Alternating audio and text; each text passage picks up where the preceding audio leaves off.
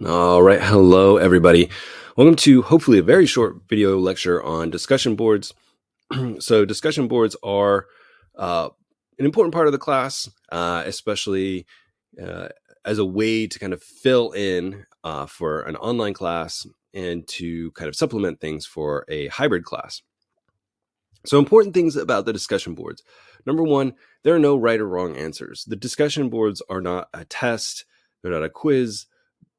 They're just a way for you to think about the content, the course, and explore those things and get some practice, some weekly practice writing.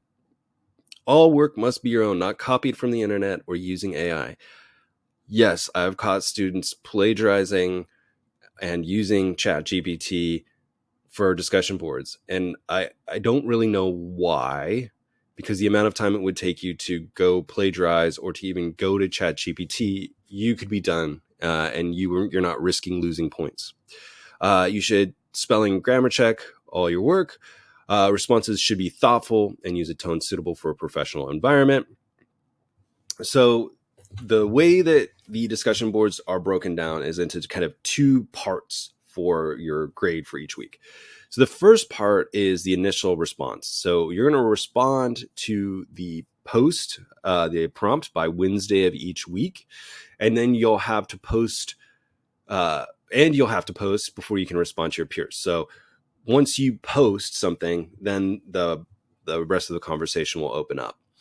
Your response should be at least 100 words. You can link to appropriate outside sources if you want, but it's not necessary. Again, it's your own thoughts. Please do also include your word count at the bottom. In your responses to classmates, you're going to respond to 2 of your classmates by Friday. Your comments should be at least 50 words per response with your word count at the bottom. Your response should be detailed and thoughtful, right? Not just, yes, I agree with you, nice work. It should be a little bit more than that. And we'll look at some examples here too. Try to respond to a post that has not yet received any comments. So this is to prevent you from everybody from just responding to that first person. So rather than responding to the first post, scroll down, see if somebody hasn't had anybody respond to their post yet.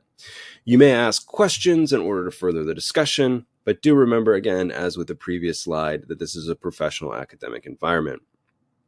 So here's a sample prompt, right? So considering this week's video reading and video lectures, please consider the importance of watching video lectures and completing all reading prior to responding to discussion boards. Minimum response 100 words. So there you go. Your task is quite simple. What is your view on this particular topic? So a sample response might be, since we're operating in a hybrid class or an online class, whichever version you're in, it is important to make sure that we log into the discussion boards on Wednesday, et cetera, et cetera. That's 101 words, right? So not a whole lot. It's a pretty, people write much longer social media posts.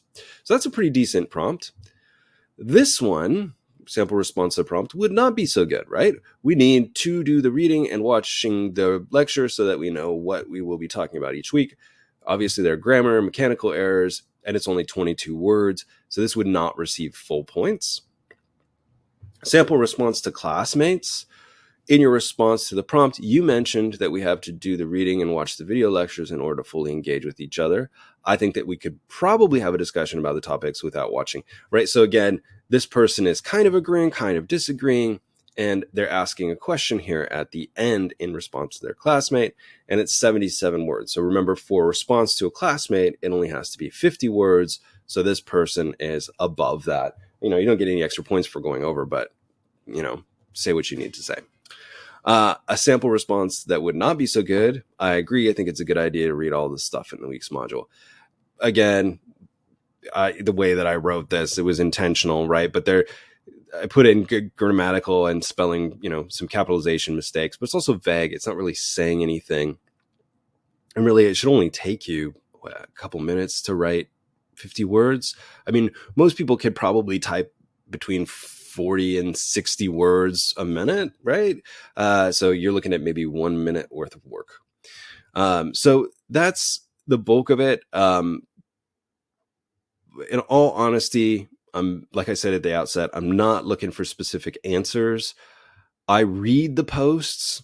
I don't always respond to every post because that would be very time consuming, but I am looking at them, right? And when I grade them in the speed grader on Canvas, I can see your initial response as well as your response to your peers. So it's very easy for me to assess a grade, right? Did you respond to the initial prompt in 100 words or more? Did you respond to two of your peers in 50 words or more? Are they substantial, or is it just, yes, I agree with you? So again, give it some time. It shouldn't be time consuming. It should be some easy points for you as long as you're really thinking about it and practicing your writing skills. So there you go. If you have questions, comments, concerns, jokes, memes, or recipes, please let me know. Otherwise, I'll talk to you all later.